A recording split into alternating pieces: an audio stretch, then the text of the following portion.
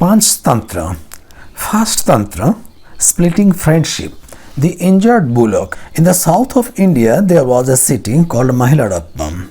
The son of a very rich merchant lived there, named as Bardhamanak. One night, as he lay awake in bed, he began to think that even when a man has plenty of money, it is still a good thing for him to try to make more. As it is said, there is nothing in life that money cannot achieve. So a wise man should be bent on increasing his wealth. If a man has money, he has friends, and he is recognized by his relatives. In this world, even a stranger becomes a kinsman to a moneyed man, whilst a poor man is avoided even by his family. A man with money will even be considered as scholar. Money makes the old young, and the young grow old for want of it. Money is everything. Bardhamana came to a decision to earn more money.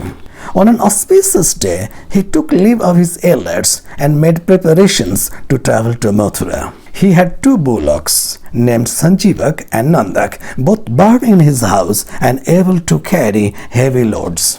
He harnessed them to a cart and set out, accompanied by a few servants.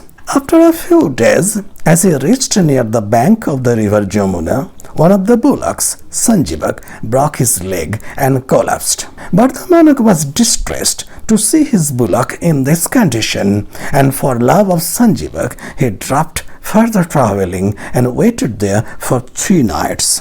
When the driver of the cart saw Bardhamanak so dejected, he said, "Most noble sir, why loiter in a jungle full of lions and tigers for the sake of one bullock when it may mean sacrificing everything? It is said that a wise man should never sacrifice big interests for smaller ones." Hearing this, Bardhamanak left a couple of men to look after the injured bullock and set out for journey. The following day, these men left the jungle due to the fear of lions and left Sanjivak alone and went to Bardhamanak. They lied to Bardhamanak. "Sir, Sanjivak is dead. We burnt him in fire."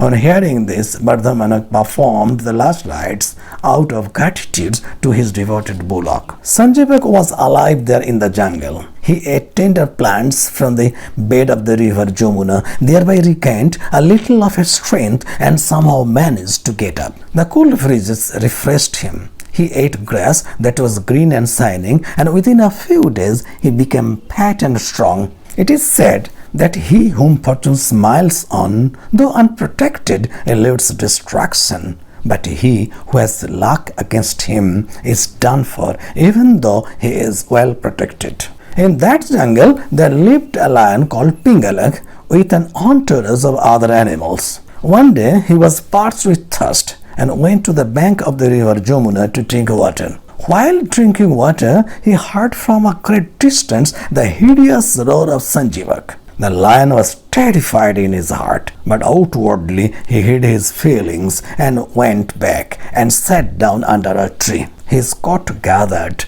around him. Lion Pingalak had in his retinue 2 jackals called Karatak and Damanak. When they saw the lion returning without having quenched his thirst, they began to consult with each other. "My dear Karatak," said Damanak, "our master went to drink water, but has returned without doing so, and now he sits under the tree surrounded by his retinue." "What has that to do with us?" said Karatak. "You might have heard that the man who takes on work that was never meant for him causes destruction, like the monkey who took out the waste from the log." "How was that?"